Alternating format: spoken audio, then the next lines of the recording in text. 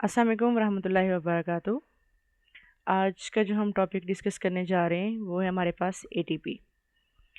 ATP की अगर हम बात करें तो एटीपी हमारी बॉडी के अंदर एक main energy currency of the cell है और ये एक न्यूक्लियोटाइड है।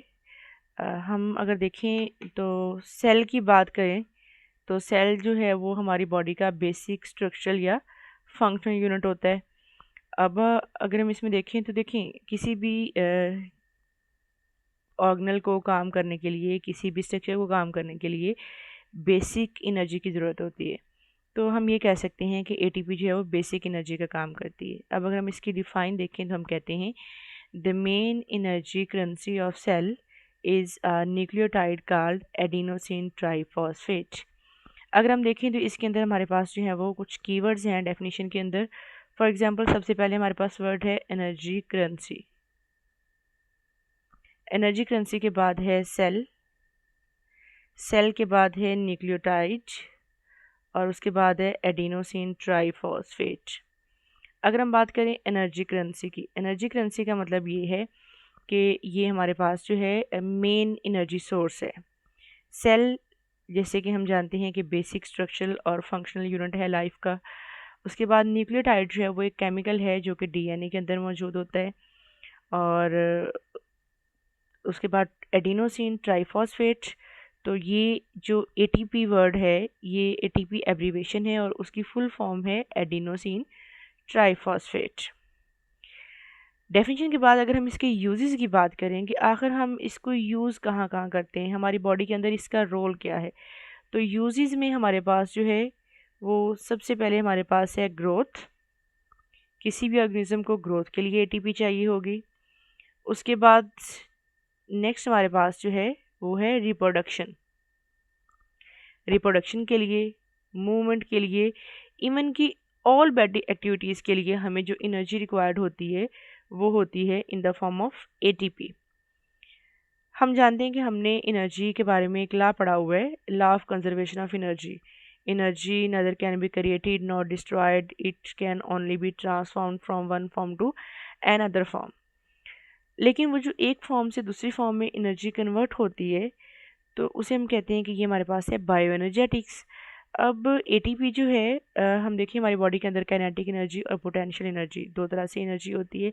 लेकिन हमारी बॉडी जिसको यूटिलाइज कर सकती है जो करेंसी के तौर पे, जैसे हम किसी भी कंट्री में जाते हैं और वहाँ की करेंसी की हमें ज़रूरत होती है, सेम उसी तरह हमारी बॉडी के अंदर जिस करेंसी की हमें ज़रूरत है एनर्जी करेंसी की, वो हमारे पास एटीपी है। तो बॉडी की जितनी भी एक्टिविटीज़ हैं वो सारी की सारी एटीपी की मदद से हम परफॉर्म कर पाते हैं।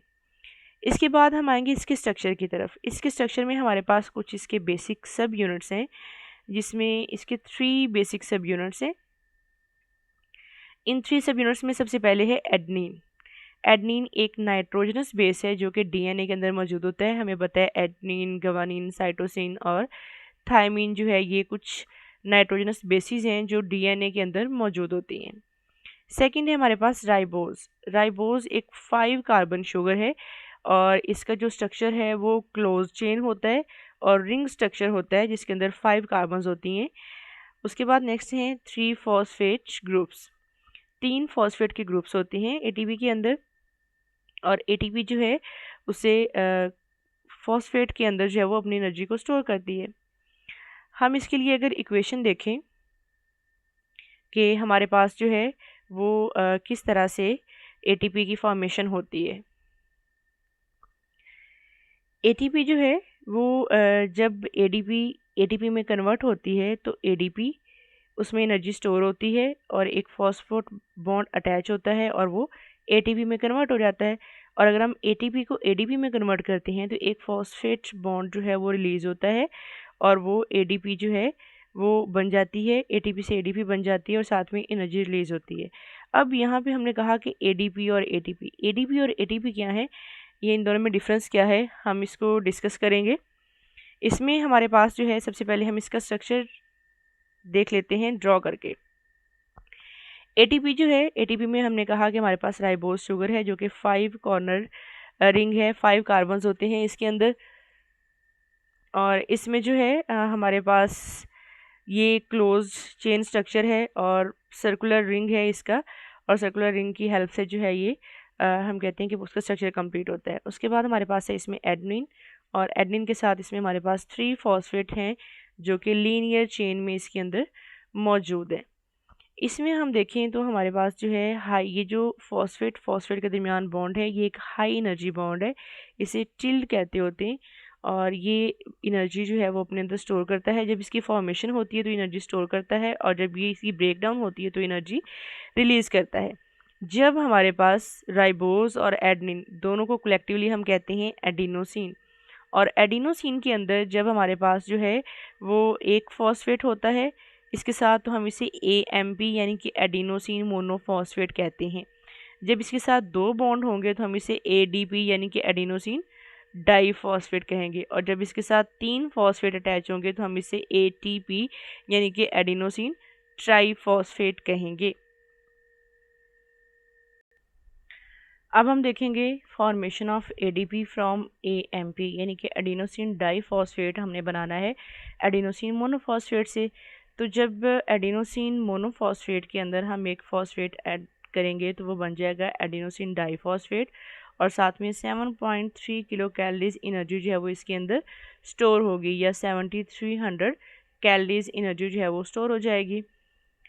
अगर हम देखें कि हम ADP जो है उससे ATP बनाना चाहते हैं, यानी कि उसके अंदर एक मज़ीद जो है वो हम फॉस्फेट ऐड करना चाहते हैं, तो फिर हम क्या करेंगे, ADP के अंदर एक फॉस्फेट ग्रुप ऐड करेंगे और वो ATP में कन्वर्ट हो जाएगा, और सेम उतनी ही एनर्जी जो है वो फॉस्फेट बॉन्ड के दरमियान स्टोर हो जाएगी, वहाँ पे ज़ख़ीरा हो जाएगी।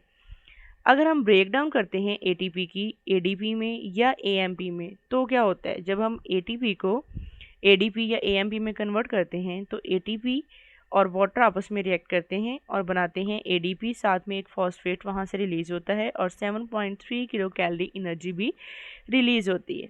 सेम इसी तरह दोबारा ADP का जब हम वाटर के साथ रिएक्शन करवाएंगे तो भी इसी तरह एडिनोसिन मोनोफॉस्फेट बन जाएगा, फॉस्फेट रिलीज़ हो जाएगा और 7.3 कैलोरीज जो एनर्जी है वो वहाँ से रिलीज़ हो जाएगी।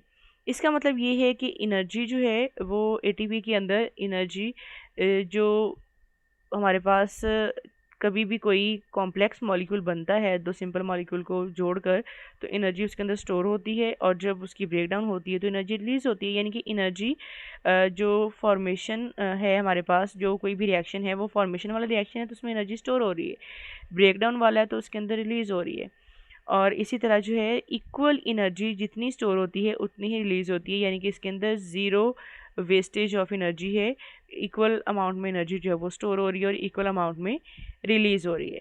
ये हमारा आज का टॉपिक था ATP। इसके बारे में आपका कोई भी कंसर्न हो, कोई भी क्वेश्चन हो तो वो आप कमेंट करके पूछ सकते हैं।